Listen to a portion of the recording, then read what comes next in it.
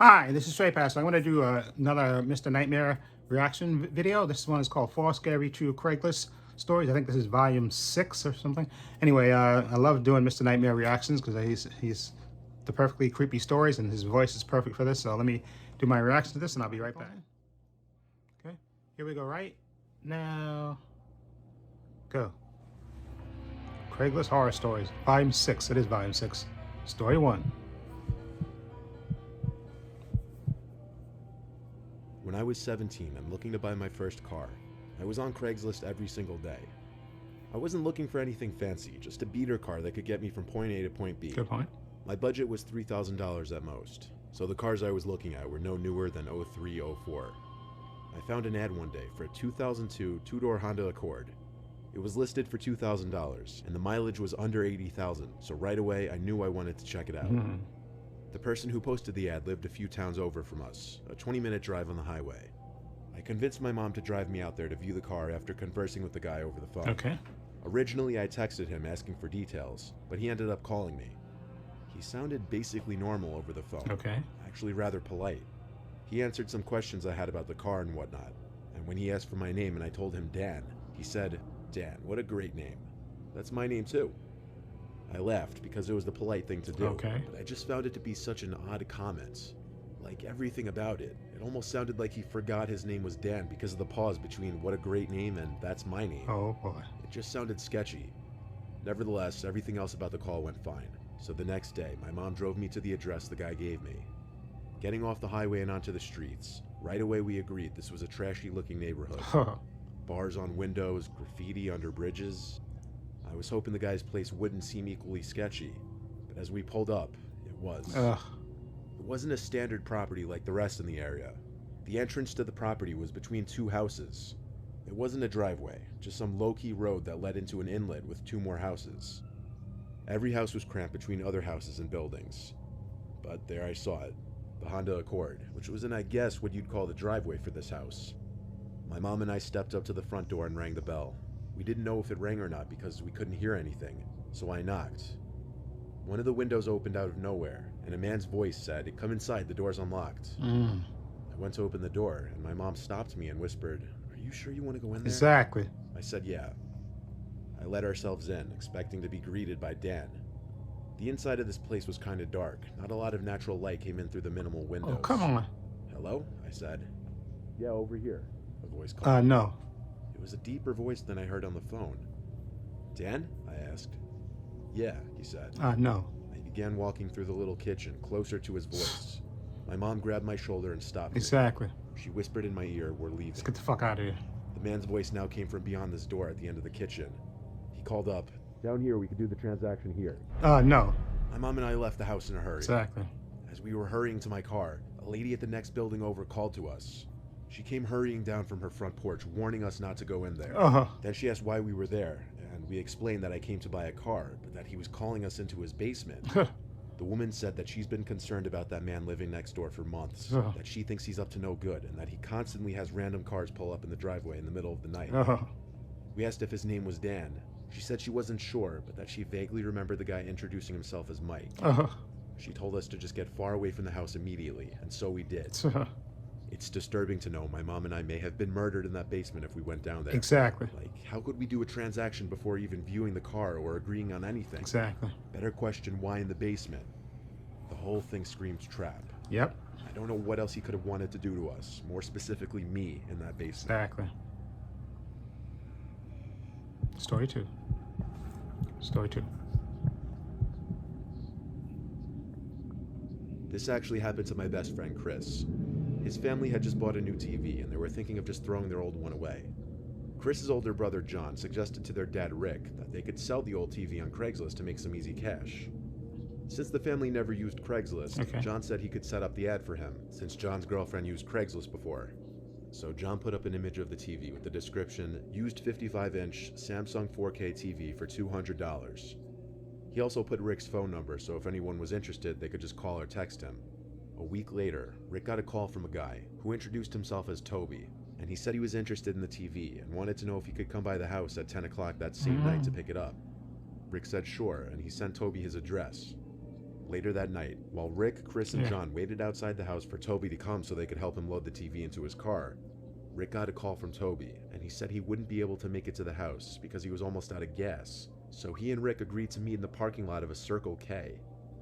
After Rick got off the phone, him, Chris, and John loaded the TV in the back of Rick's pickup truck, and they took off to the Circle K where Toby said he was at, which was 15 miles away from the house. When they got there, they pulled up in a parking space next to the gas pumps, where Toby was filling up his car, a black Nissan Altima. A few minutes later, a tall, heavy-set bald guy with a goatee walked over to Rick's truck and said he was Toby. He told Rick that since the TV was big, it would most likely not be able to fit in his car, so he suggested that they could just follow him back to his house, and Rick agreed with him. After a few minutes of driving on the main highway, they got onto a back road, which looked sketchy because there was nothing but trees on either side of the road, and it was filled with potholes. Toby texted Rick and said his house was at the end of the road. When they got to the end, the place that was supposedly Toby's house didn't even look like a house at all. It looked more like a tall, abandoned building. When they got out of the truck, Toby told them to untie the TV from the back so they could start unloading it. After they untied the TV, they turned around and saw 3 large men emerge from the back of the car, and they all pulled out guns, including Toby. They threatened to kill them if they didn't give them all they had on them. Rick, Chris, and John didn't hesitate, so they all gave the guys their wallets and phones, and they obviously took the TV too. After taking everything they had, the guys got back in the car and drove away. When Rick, Chris, and John got home, Chris and John told their mom everything that went down, and Rick called the cops and told them the whole story, and even gave them the license plate number for the car since he memorized it. To this day, Chris's family never heard of any arrest being made. That was the one and only time the family ever used Craigslist. Story 3.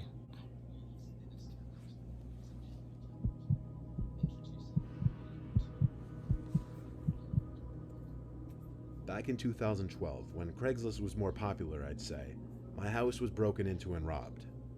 A bunch of things were stolen, like 2 TVs, my Xbox 360, all of my video games, my hockey skates, and whatever stray cash I had laying around. I had the police come investigate the house, but nothing that would help track the perpetrator, including fingerprints, was found. I gave them a list of everything that was stolen, but the cops in my county usually suck, and they didn't help at all. Now I had to replace everything that was stolen. Believe it or not, the most costly thing to replace would be the video game collection, but I was starting with the replacement TVs.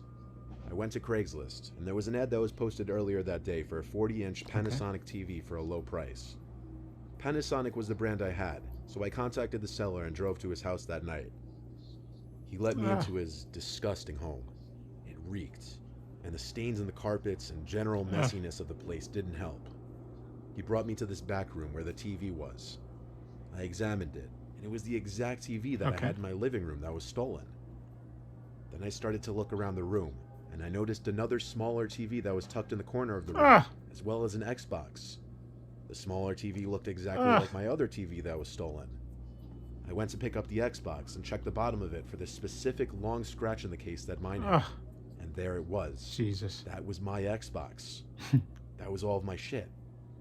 I looked at the guy, who had a confused look on his face, and I said, "Dude, you're the piece of shit that stole my stuff." His expression changed. He played dumb and had an angry tone now. He told me to get out of his house and lifted his shirt, exposing his gun holster. I live in Texas, so he likely had a license to carry. I left the house and called the cops. They arrived to the scene, but the man wouldn't let them in. He insisted they get a warrant and claimed that I was harassing him. I told the cops about my police report and the robbery and everything. They said they wouldn't be able to get a search warrant until the next day. I regretted not getting pictures while inside the room, but I wasn't thinking clearly in the moment. I was furious and I didn't know what to do. But that night, while I was getting ready for bed and doing research about search warrants, lawyers, and different possible outcomes to this situation, I heard a window break downstairs. Immediately, I knew it was him. Following my instincts, I climbed out of my window and down to the small ledge under my window. From there, I jumped to the ground and ran to my neighbor's house. My neighbor let me in while I called the police. They arrived within 10 minutes. I handed the police my spare house key I had hidden on the side of the house, and they investigated the house again. Guns drawn this time, and inside they found him, hidden under my bed. If that's not terrifying, I don't know what is. When I said earlier that cops usually suck, yeah, this was the one time I actually loved cops here. And yes, it was the man who posted the Craigslist ad. He actually broke Yep. into my house to kill me that Jesus. night, as he had his gun on him. Why else would Exactly. he be hiding under my bed? That doesn't sit well with me, even to this day. He was found guilty of breaking and entering with intent to commit murder beyond a reasonable doubt, and was sentenced to 10 years in prison. Even still, I moved to a new town and changed my number. I tried to strip any possible trail that could lead that man to me when he gets out. And I'm sure he's out by now for alleged good behavior. Yep. That's the part that scares me the most. All of this, over less than $1,000 worth of items. It actually makes me sick. I think Craigslist is one of the most dangerous places on the internet you could go. Story 4. Story 4.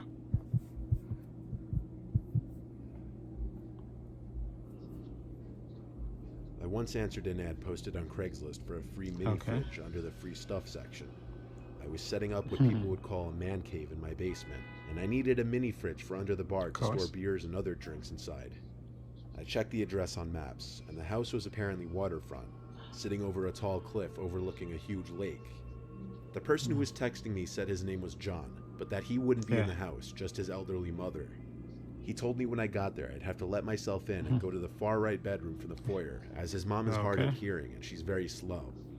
I thought for a second, what if instead of me answering this ad, it were a bad person and they totally took advantage of the situation? It sounded almost too easy to rob this old woman's house. Well, I coordinated a time with John to go to his mother's house, around sunset, and I gotta say, as I pulled up to the long dirt path to the property, seeing that big house sitting at the top of the hill with the sun setting in the background over the cliff, it was beautiful. Before going into that house, I admired the view of the lake below for a couple minutes. Then I texted John that I was there. He repeated his instructions to just let myself in and go to the room to the far right, as his mom would be waiting in the bedroom. He reminded me she's very old and I'd have to do all the lifting myself. I said that's fine. I entered the house through the front door, which was left ajar. Right away I was hit with the smell of cotton. It reminded me of the smell of my grandma's house. I followed his directions and went to the door on the far right, which led me to a narrow hall. The house seemed rather large from first impressions. As I went down this hall, the smell of cotton suddenly shifted to this horrible smell. Literally, it smelled like death, like a rotting animal. I entered the doorway at the end of this hall, and the smell in that room was unbearable. That's because of the dead, rotting corpse on the bed. It was the rotting corpse of an older woman. It's as though she'd been dead for a week or two. I wanted to throw up. I suddenly heard a loud, maniacal laughing from upstairs, accompanied with stomping in place. It seemed someone was in a room directly on top of me, simply stomping their feet to scare me, and it worked. I ran out of the house to my car, looked at the house one more time, and saw a man at one of the upstairs windows. Then I realized there was another person standing at one of the downstairs windows, both of them wearing face masks, like the same kind of mask you'd wear now for the coronavirus. My phone started blowing up with texts all of a sudden, all of them in capital letters. The first text said, "Ha ha ha," followed by, "We see you, look at the windows," then a bunch of emojis. The last text I got from him said, "Come back inside, you forgot your fridge." I drove off the property, and while on my way home, I called the police and reported the dead body in the house. After they investigated the house and apparently confiscated the dead body, which had no signs of any stab wounds or bullet holes, police arrived to my house for questioning. I showed them the whole conversation and gave them the phone number, which I warned them was probably a fake number, and I was right. But an officer named Boris told me they'd still be able to trace the number even if it was through some kind of fake number app. So, a week later, I was curious about the status of the case. So I called the police station, but the woman who picked up the phone didn't know any information. That or she didn't care enough to look for me. Because in general, she was just kind of rude. I never read about or saw anything on the news about an arrest being made regarding this. So to this day, I don't know if the people in that house were caught, or if they were even responsible for that woman's death. Okay, that's freaky. Okay.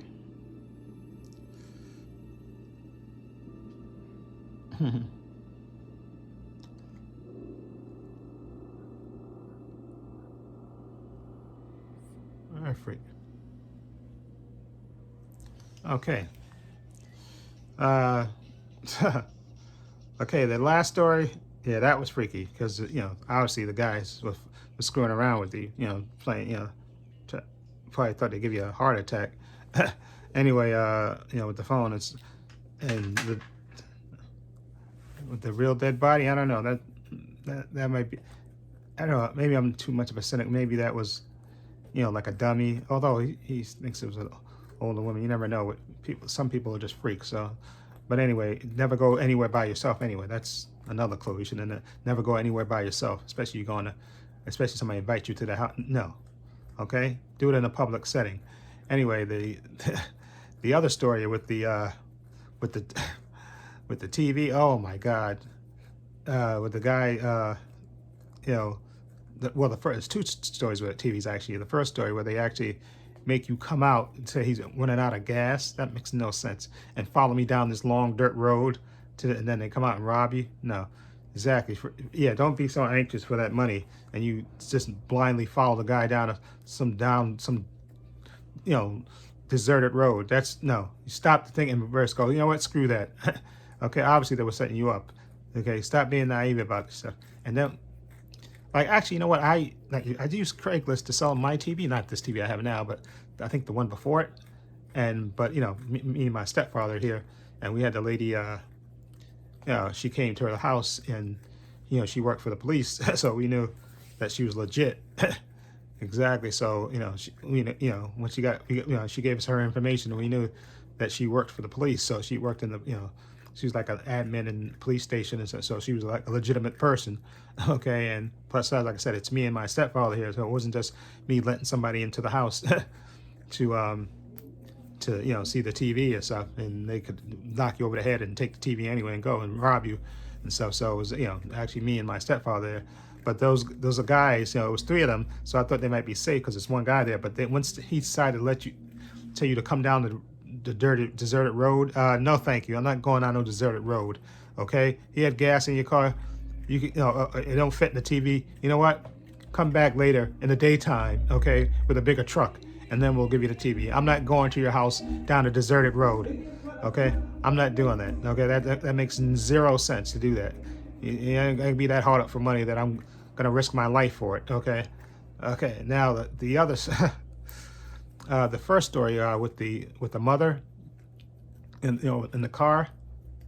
Come on, that was just your mother had the right instincts. A sketchy neighborhood, come on, and you lucky that lady came out and you look like so eager for a car, you were ignoring the warning signs. Come on, a sketchy neighborhood.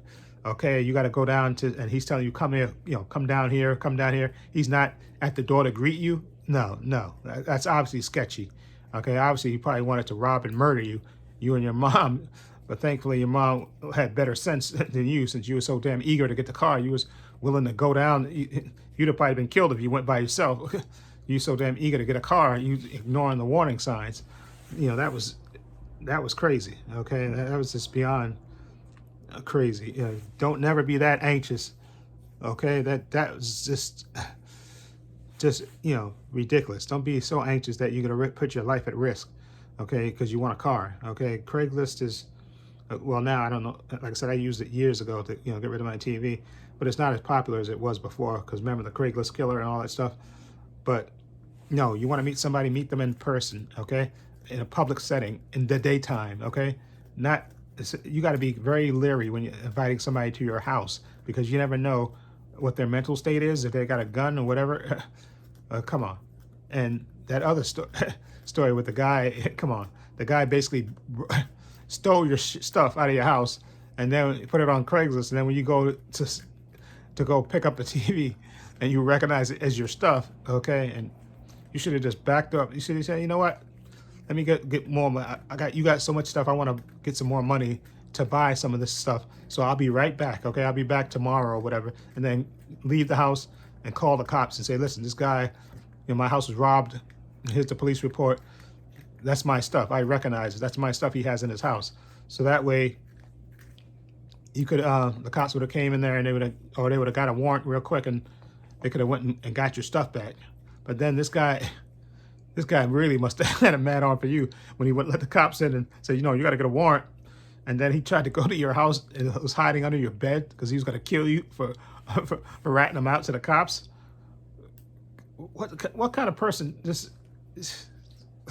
That's insane that he would do that. But like I said, that first story, Val, you lucky your mom was there with you, because it seemed like you were like too eager to get a car that you were ignoring the warning signs. The sketchy neighborhood, Okay, you got to walk down. The guy's not right up there to greet you. And he's telling you, come here, come down here. No, no. Lucky, like I said, that lady was gave you the warnings too, and was telling you. But like your mother, like I said, good thing you brought your mother with you, because she said, no, this is too sketchy. Exactly, it is too sketchy.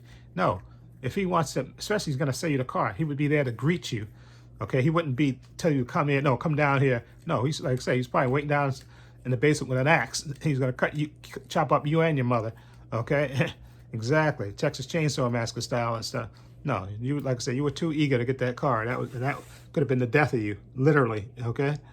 Okay, so I think to me, that's the scary story. That one is the scary story. You know, the other one with them getting robbed, that was just them being too naive about, you trying to be too helpful. And once that guy said, come down the sketchy road come to my house. No, no, I'll meet you tomorrow at this Circle K in the daytime, and you come with a bigger car, and we'll do the exchange there. Okay, no, I'm not going to your house in the dark and down a long and winding road in the dark. No, that makes no sense, and I'm not doing it. Okay, I'm not a sucker. I don't got S written on my head.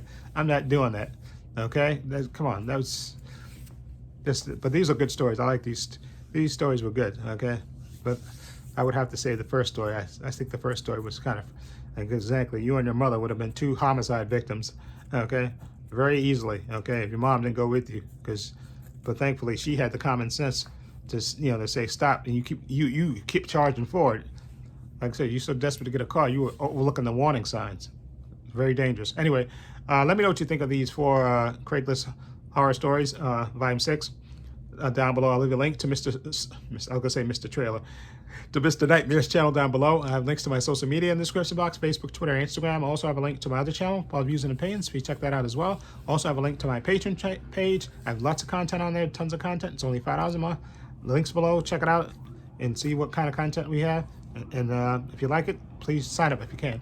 And this is Trey Pass. So saying so long and take care.